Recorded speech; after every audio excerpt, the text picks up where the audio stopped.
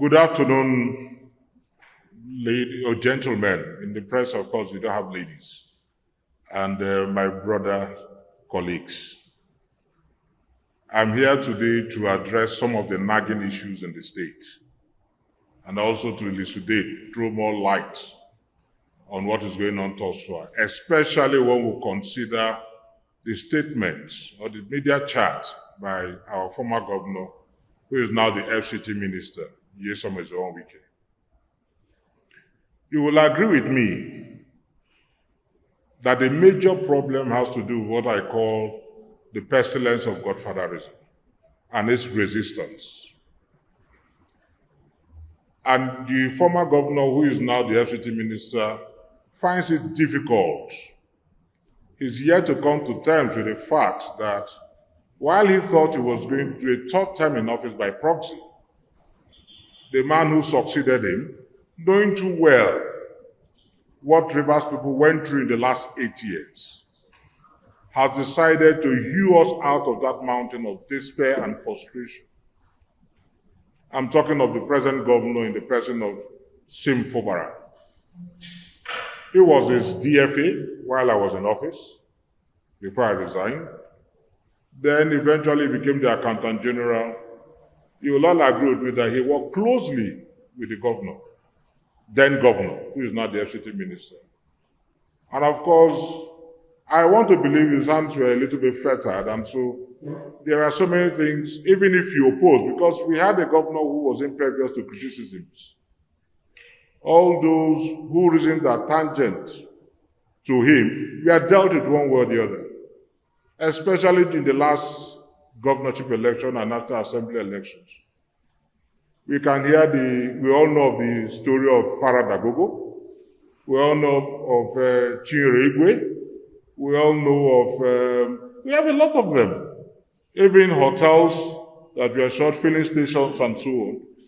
And most of them were hounded. What was their crime? Simply because they declared interest to partake. And the former governor refused or failed to understand that even by thinking he was giving himself so much credit, he was inadvertently damaging his reputation and letting the world know, or underscoring the fact that he was a dictator when he said he bought all the forms for PDP candidates and aspirants, as at that time aspirants, and he sponsored all the elections. That is anti-democratic to start with. And that also goes to bolster the fact that it was more or less a dictatorship. It simply means only those you wanted to aspire, and only those you wanted emerged as candidates. That's the simple truth. And so all those who of their own wanted to buy forms were harassed one way or the other, and their businesses were badly affected. Some businesses were shut, some they accused of all sorts of trumped-up charges. So each time he said he bought all the forms, he thought it was like a glorifying thing. No. He was inadvertently damaging himself. But it's so unfortunate that he failed to appreciate that fact. Then he went further to also ask in his media chat if any of these persons can talk to their House of Assembly members, and the House of Assembly members will listen. What does that tell you invariably? It simply means he is responsible for the contumacious attitude of the Assembly members. He is the one telling them what to do. They are just pawns on his chessboard, political chessboard. And why is that the case? Because if you ask him today to come and contest in Rivers State in a free and fair election, we all know what happened in the last Google election. We're all journalists, and I believe you have the facts, even if you're not going to come out openly because of what INEC did by stamping what I call the ineptitude. But if today if he says he can tell his assembly members and they will do what they want to do, it simply means because he bought the forms for them, he sponsored them, they are tied to his apron strings. That's what it means. Now, what is the problem? Ego. The FCT minister kept talking about gratitude, ingratitude, and so on. And I asked a simple question. Who is the worst ingrate? Maybe most of you have failed to take on the advisement, the issues in the last, let me say, from the days of peterobi. On several occasions, he said that Governor Dele was responsible for his return as local government chairman. And he will owe his political height to Peter Odele.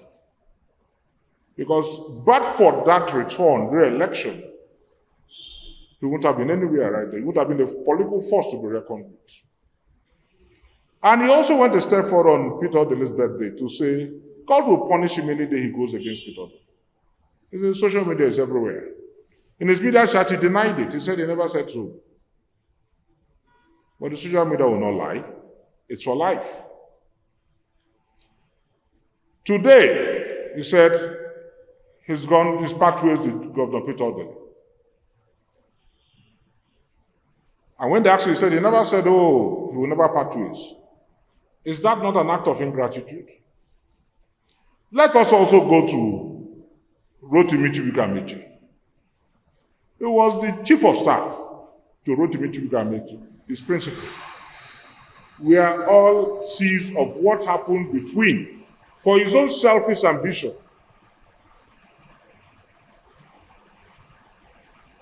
For his own selfish ambition, we are all seized of what happened between Rotimi Chibuike and the FCT minister. What was the problem? Amechi said it was the time for the riverine, the turn of the riverine. And he said no. That was the major problem. He was Rotimi's chief of staff. Are they on times today? The answer is no. Who was also responsible for his emergence as governor of Rivers State? The Jonathans. Is he on terms today with Jonathans? No. I'm addressing the integrity issue right now. This was the same guy who said he was never going to impose a governor on Rivers persons. In fact, he advised Ambode to reject President Tinubu before, as at that time he wasn't the president, Tinubu's godfatherism in Lagos State. It's all over the social media, it's everywhere. You know, he loves the media, so it was a media chat. The same person who advised somebody to reject godfatherism is trying to impose godfatherism in Rivers State.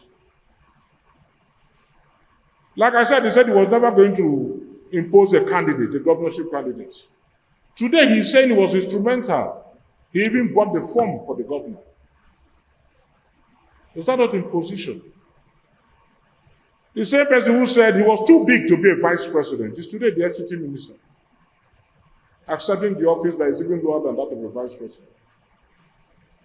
The same person who said he was going to support whoever emerged as the candidate of PDP, thinking he was going to emerge, went against Atiku because Atiku emerged and rained invectives on Tambuwa, the then governor, who had to step down for Atiku also to emerge, and called him a traitor. So if you talk of integrity, who lacks that integrity? Now he's inciting intifada in Rivers State. They asked him, he said, if they were saying the governor should be independent, why wouldn't the assembly members? After all, impeachment is constitutional. What are the crimes? What are the grounds for impeachment? I'll go into the 8-point agenda. What are the grounds for impeachment? What did he do? As at when the budget was even presented, because the issue of the budget was not even the grounds. The problem preceded the budget presented. That was why only 4 members were in the assembly as at when the budget was presented. They had the issues because the governor who had been pushed to the wall resisted, He was asphyxiated. He resisted. You see, every spirit revolts at tyranny. And that is why the governor said, okay, there's no problem. Today you say you build bridges and so on, flyover, at what cost?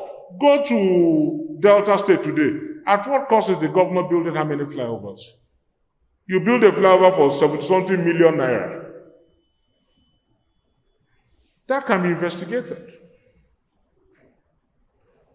Why are you so much interested in the building of flyovers and you de-emphasize human capital development?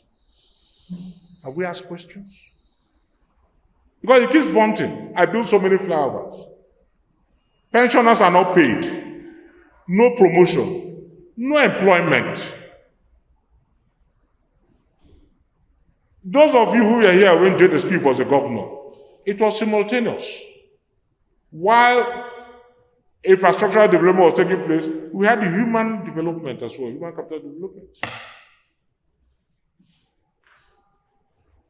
But you're interested in building flyovers because you know the pecuniary gains. You know, one easy way of fleecing the state tried to drive, whether state or national, is to embark on projects, whether they make sense or not. You're building flyovers for dead people, for the dead to fly over. They have to feed. You address the economy of the state first. And every day you say you build flyovers, at what rate? Stratospheric. Dave Umahi replied in then. When he had the beef with, when he had the quarrel with Dave Umahi said, you spend how much in building flyovers? And I spent less than that to achieve more. Dave Umahi said it. Then they were all governors. So what's this hype about you build so many flyovers and build so many flyovers? What's this hype about that? We all know why you concentrated on those things. The present governor, what has he done? We're all aware of what he did in the last December. We are even aware of the hike and increase in the salaries of local government workers. But these are the kind of people-oriented projects, policies we want. Even the bills that the so-called impostors, I say impostors, because we are all aware that once you defect, except there is schism in your party or there's a merger, you've lost your seat. There are decided cases. I also go into the 8-point agenda. We're all aware of that. They are still there. That's why I say they're impostors. And he says you should go ahead to represent that budget. And you now talk of the 8-point agenda that we all know was skewed in favor of the SCT minister. Because the only thing that you can say is in favor of the governor was the issue of the impeachment. Yeah, they said Tariah. But every other thing was in favor of the SCT minister. You're imposing commissioners on the man, a governor, and you're saying you must reappoint those persons. You must represent the budget. Meanwhile, there is a subsisting court judgment on that by Danagogo. Who made that budget legal? Because at that time, the court affirmed that you just had 4 members of the 5 members of the House of Assembly. And if you talk of a quorum is based on the number, the numerical strength of the Assembly. These other ones had defected in the eyes of the court. And it was on that premise it passed a judgment. So what is wrong? If only 4, because they had already defected. So what is wrong? If you have just 4 members of the House of Assembly, does that mean that the governor was not going to present a budget because you had just 4 members of the House of Assembly? And INEC has even refused to conduct by-elections or supplementary elections, they call them. So the governor had no choice but to present that budget. And the 8-point agenda is not a legal document. That's what you should also understand. It's a political solution. It will awaken reminiscence of the Aburi. On Aburi will stand Ojukwu and Gowon. If we all recall, most of you were not born. if not the likes of all of you. The Civil War, that led to the Civil War. When Gowon got back, the super palm sex told him, my friend, you just sold Nigeria. I'm just trying to summarize that. Look at this, it's not in the interest of the country. And he reneged and said no. And that's why we have the Nigeria we have today. And even there at that meeting, 1 or 2 persons refused to append their signatures. Even if the governor had come back to say, Mr. President said this, therefore this must be done, Rivers people will revolt.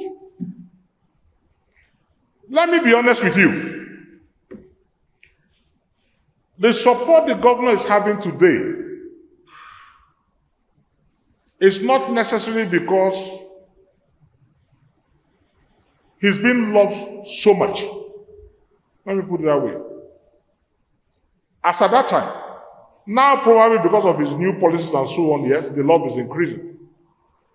But as at that time, to a lot of persons, to a lot of Rivers persons who have been seared in the flame of oppression, dictatorship, it was like kumbaya, thank God. That era is past. A president once died in this country. And for the first time, Nigerians celebrated. Rather than cry, they were buying drinks for people. Happy. Let me not say a head of state. Happy that he died. It was almost a similar situation. The only difference is that in the case of the FCT minister, he didn't die. We don't pray for him to die as well. But people were begging for that tenure to come to an end. Because we were sweltering with the heat of dictatorship. Rivers persons were asphyxiated. And even when this governor came on board, a lot of persons were scared that he was going to continue. That it was the Wike's 3rd term in office. And so when we saw that difference, we said, oh, and that's why you see the concourse. Like he asked a question yesterday, was it yesterday? When he said, are they going to say this crowd is also rented? Because they thought of the Thanksgiving. Are they going to say we also rented this crowd? We're talking about when they came to government house. They didn't rent them. It's just a referendum of the people's approval of a governor because of his policies. And an expression, a manifestation of this disapproval of his predecessor. They are just trying to compare. And so you see a man who has been able to heal us out of the mountain of despair. And that man is being appreciated. It's organic. You don't look. As I speak to you here, on my honor, I shouldn't have said the Sheikh is here because he's a pastor. So he might frown at what I'm going to say, being a pastor. But the governor is not even aware that I'm having this briefing. I've not even talked to him. I've not called him one day. He has also not called me one day. But those who know Nabin Kota will tell you that I don't need to be called to speak. I talk when I feel like or when I'm called upon to talk. That's my policy. And I'm happy with it. Very happy. I did not resign because of money. A few weeks to my resignation, I submitted my letter to Shegun. I told him, so time I'll go. Honestly, I was being given my money on monthly basis. In fact, by this governor now, February was the DFO. Not that. It has to do with conscience. I just wasn't happy. And against all advice and so on, I said, no, I will go. So whenever I do these things, they gladden my heart. They gladden my heart because to me it's like a responsibility fulfilled to our society. And I'm very happy what the governor said when he said, because at the point we were thinking he was too quiet. And like Martin Luther King said, if you become too cool that you end up in a deep freezer. And that's the end of you, when you end up in a deep freezer. Many people were mistaking his silence for weakness. And yesterday he thundered. Now, a lot of us were happy, they encouraged us. In fact, that's why we're even having the press briefing. Because before now you talk, he'll tell you, did I tell you to talk? Leave him, he's my organ. But I ask a question again. For how long will Phoebe's breasts tremble in silence before their owners? For those who did, the gods are not to blame. For how long? That you supported me in my marriage does not mean you should sleep with my wife. That you supported me now does not mean you should dictate to my children what to do. You should observe your limitations, appreciate your limits. And that's why we went here. We are here because of what I refer to as pestilence of Godfatherism and its resistance. The governor said enough is enough. Rivers people have said enough is enough. If today Governor Simfobara goes against the people, if it's anti-people, you'll be shocked. After all, the same support he's getting today was even the same, so if not more, when we came on board in 2014. If not more. But there was this animosity because of the style of governance. Impervious to criticisms. Now today you're angry with Dr. Peter Odili, you said is your God on earth, simply because he said stop the impeachment process. It's not necessary. We can reconcile. That's why you're angry. You're a God. So it's a matter of least servant and least Lord. You're a God. Nobody can talk to you. Whatever you do is correct. Right or wrong, people must be subservient. No, we're not going to accept that. Even those in Abuja, how many persons, how many human capital are we talking about? Every day, what? Construction, demolition, construction, demolition. That's what you hear. The Tinubu today, wasn't the same Tinubu he said, wasn't the same APC, he said, okay, who is even worse? You are in PDP. As a PDP governor, you're supporting an APC candidate. You're more or less like a mole in that system. So, which integrity are we talking about? What integrity are we talking about? The same party you said you can never associate with, that one is cancer. 4. Your own is malaria. It can be resolved. Today you say no. The only sin of the governor is allow me to govern in the interest of the people. That's the only sin. And the foreign minister said, no. I brought you there. He said, after all, in other states, when they impose the governors, they provide all the commissioners. He said it. This was the same man who said, once I hand over, I will have nothing to do with governors, except my advice is being sought. You all covered that. So what is the sin of the governor? I want to govern. Allow me to govern. Whatever agreement we had, okay, it could be met midway. You say no. Most of you will feign ignorance, but you're all aware that when the governor was sworn in newly, the minister was always in Port Harcourt. You all know why. There was even the rumor. The air was suffused with rumor of even have to, for him, before signing a mandate, the minister will have to approve. That's no governance.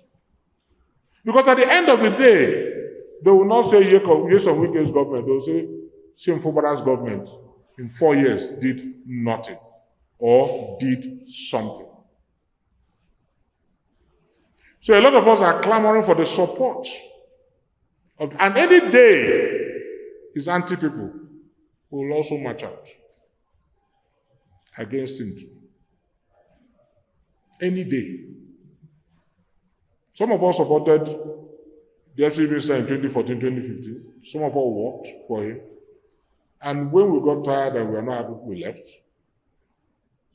So any day too, the governor says, I'm now anti-people, I'm now a god. He'll also meet with forces in River State. This is not the first time. We've had the likes of, from Ada Joy to today. And it's also not going to be the last.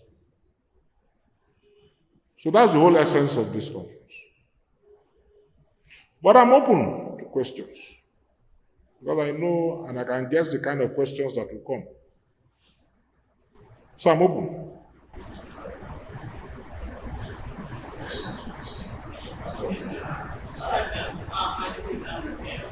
While discussing, you said the latent challenge of problem in the state of the unaffected political crisis because former Governor Wike has refused to leave the state and to acknowledge the fact that he is no longer the governor of River State. That is one. The second, he said he is the architect of the actions of the state assembly. Yes. Okay, so my question is, how is he, championing the actions of the state assembly? Why not? We would like you to portray that. First and foremost, even in his chat 2 days ago, what did he say? He said, if I call my assembly member and tell him what to do, he will respect me and do it. What did I tell you? Self-explanatory is lucid. If he had also called the same assembly member to say, do not protest or do those things you're doing against the governor, the assembly member too will not do. Because he said the assembly members respect him. And they also have a right, it's their constitutional right, to commence impeachment proceedings against the governor. And he turned, if you remember, during Okechinda's birthday party, Thanksgiving. When he turned and said to the speaker and all the members, he said, continue to be independent and do what you're doing. It's self-explanatory. Don't forget that even on the floor, if you remember, they sang this song of, is it Wike or whatever, that's their song, they sing in the house. So why is it so? If I heard you right, you allege that he purchased the phone for them. I did not allege, he said so. I did not allege, he said so. Even his media chat, he said so, he has been saying it. So what does that entail in the current political scenario in the state? That he is in control, and that is his anger. That even though he purchased the form for the governor, and against all odds, because he said most of those who are supporting the governor today were against him, that they were not going to serve master and serve boy. He said so. That it's funny that all those who were against the governor are today supporting the governor. I know he was referring to Austin Opera, Limieba, and Co. He said that. And his anger is that I bought this form. I'm instrumental to your emergence as a governor. So you should be holding to me. That's his thinking. And the governor is saying, yes, I accept and I appreciate the fact that you're instrumental, but I also need this latitude so that I could also leave my legacies. That's just the problem. You see, the problem is an ego battle. The FCT minister is a megalomaniac, full of grandiosities. No doubt about that. And is quite impervious to challenge. He doesn't like any challenge. He's a god. He's a liege lord. How dare you challenge me? Even when the way he talks, he said, let me see who. Don't forget during the commissioning of one of the judiciary quarters, when he said, let me see how an assembly member would challenge me. The records are there, viral. He sees this as a demigod. And it's like you, in quote, a boy, he called him a boy like you trying to demystify me. That's the problem. But he's approaching his political Naira.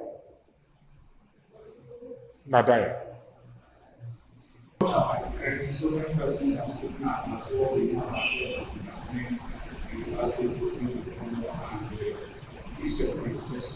now, what do you think is the way forward, President? You, as an arbitrator, there should be one of the things you think that if this or this action will be there's going to be peace in that because we are not going to continue on this man to get everybody to come and say this and say that. So, to you, what is the way forward to govern this in the state of the interest of the nation? It's quite easy, but it's a little bit naughty. Why I say naughty is because it has to do with the individual. The worst form of resolution, or let me just put it, the worst crisis to contain is ego crisis. But first and foremost, it has to do with your state of mind, your thinking, and it goes beyond rational thinking. It's more visceral than rational. Because when you say ego crisis, you no longer rationalize the circumstances and the cause of it. It's all about how dare you, me, and that's the problem. And that is why even in that media chat he said, I will never forgive the governor. I will never reconcile with the governor. I will never. Ordinarily, one would expect that you call him a boy. Let's say he's your boy. He's your son. Peter Odile tried to intervene. That's the beginnings of the problem. Come, sit down. Let's talk. Okay. I'm sorry for this. I'm sorry for this. You strike a compromise, reach accommodation on an issue, and you forge on. But when it comes to the ego, you don't even want to sit down and talk to the person because you want the person to grovel before you. That's the ego. So it becomes a little bit difficult to resolve. And the only way you can resolve the crisis is that the feuding parties must swallow their pride and have the interests of the state at heart. If you don't have the interests of the state at heart, and you are only trying to project and protect your interests, you can never resolve this crisis. That's why I say it has to do with the genuine intentions of the feuding parties. And in this particular case, we all agree with that. It's not a matter of conjecture. He has said it, I will never. In other words, even if you sue for peace, I am not ready for that peace. That's what he said in his media chat. I will never. So how do you resolve it? You can drag your horse to the stream, but you can't force it to drink. And because you will never, like these bandits and kidnappers will say, I will never stop kidnapping because of the profit, the gains they make. You too now, you know how to protect yourself by locking your doors and knowing when to travel and when not to travel and so on. That is what the state government is trying to do. Okay, if you're ready for peace, we are fine. But if you say never, fine. We will also continue good. That's why he said, don't take my weakness for granted.